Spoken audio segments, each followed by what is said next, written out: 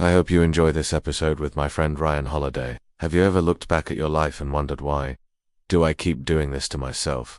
The same arguments, the same regrets, the same bad decisions. In relationships, career, family, health. Why do we repeat our mistakes? In today's video, we're going to explore the Stoic understanding of why we repeat mistakes through the lens of Marcus Aurelius, one of the wisest leaders in human history. This isn't just a lecture, it's a mirror. We're going to look at two things that Marcus wrote down in his private journal, Meditations. But before we get there, we've got to address something. This channel has been experiencing some growing pains. We're working through those, but it means sometimes videos don't come out when expected. There are delays. There are technical glitches, so if you want more access to the inner workings of how we make sense of the ancient world, and how that applies to your life today, join me on another platform. We'll be able to talk more freely and regularly.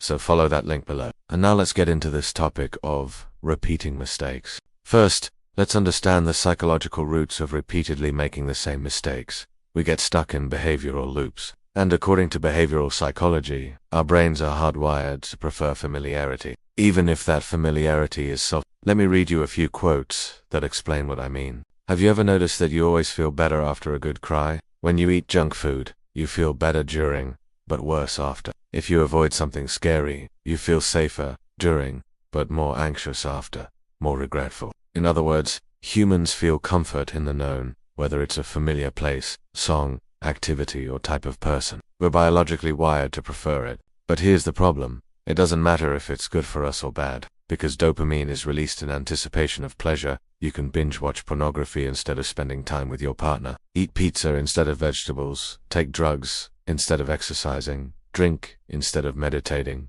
argue instead of collaborating, cheat instead of being faithful, procrastinate instead of working, waste money instead of saving, buy instead of creating. You'd be surprised how many emails I get from people trapped in destructive cycles like this. Let me tell you a quick story. A few years ago, I met this woman. She was incredibly attractive, extremely smart and very successful. But she had a big problem. She kept getting into the same type of relationship, ones that started off strong and exciting. But within months, she would find herself feeling miserable, unfulfilled, and ultimately alone. And so she would get into another whirlwind romance, only to find herself repeating the same cycle all over again. I asked her, "What makes you think this time will be different?" And she replied, "I don't know. Maybe I'm not meant to be happy, or maybe I'm just unlucky, or maybe I deserve to be miserable." I told her, "You're a magnet. Whatever you believe about yourself, you'll continue attracting into your life. I'm willing to bet that every single one of your past relationships started off strong and exciting, and you were convinced this was going to be different. And you might have even said to yourself, 'I'll never settle for less than I deserve.'" "So what happened?" she replied. "I guess I got comfortable." And that's when I knew she understood nothing. But the most important thing to note here is that she wasn't alone. A huge percentage of us get stuck in these repetitive cycles, whether it's toxic relationships, drug addiction, gambling, procrastination, overspending, poor diet. We get stuck in loops. We do the same thing over and over and wonder why we keep getting the same result. The truth is, we actually secretly enjoy the familiar pain of these habits, because it's easier than facing the unfamiliar pain of changing. So why do we repeat our mistakes? Well, Marcus Aurelius says we do it because we give our power away. He writes, "You have power over your mind, not outside events. Realize this, and you will find strength." Meditations, Book 6.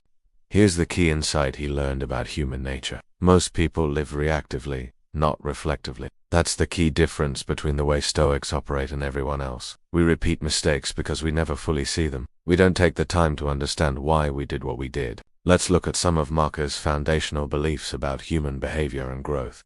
First, reason versus impulse. Marcus believed that man's unique gift is reason, but we often surrender to impulse. That's where our mistakes come from. Marcus constantly wrote to himself to use reason to bring his actions in line with his thoughts. Now, that doesn't mean he wanted to suppress emotions. He had anger, fear, grief, but he wanted to examine them, understand them, and decide how to proceed. Second, Marcus on habitual error. If someone can prove me wrong and show me my mistake in any thought or action, I shall gladly change. I seek the truth. Meditations, Book 6.21. He understood that most people don't want to be shown their mistakes. They hate discomfort, so they repeat the same mistakes over and over. because it's easier to do that than to face their flaws. That's the essence of habit. We repeat ourselves into greater and greater heights of excellence or ruin. This brings us to the most important question, which is, why do you keep repeating the same mistakes? The simple answer is, you hate discomfort more than you love truth. You'd rather be right than be happy.